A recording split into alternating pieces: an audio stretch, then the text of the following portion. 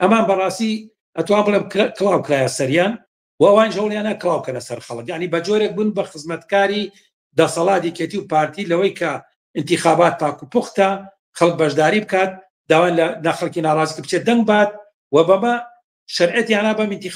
انتخاباتیان کرد بە شتێکی ڕەواکە ئەوەتە ئۆپۆزیسیۆنیش بەشداری کردو، بەڵام سەرنجام دەسەڵات هێزی یەکەمە دەسەڵات زۆربەی دەنگکانیێنەوە لە هەڵبژاردنێکی پاک و بێگرد و پوختە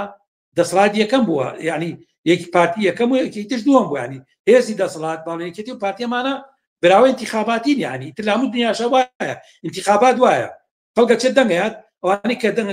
دەنگی زۆری نیەن ئەوانە براوەنی تەمە بەپێی سیستمی بۆرژوازی بەپێی سیستمی انتخاباتی بۆرژوازی ئەمە شەرعەت وەرەگرێتن کە هەستەکەن کڵاوکراسەکان خەجاڵەتن بەڕای من یەکەم لە لای خەڵک خەجاڵەتن و ئەم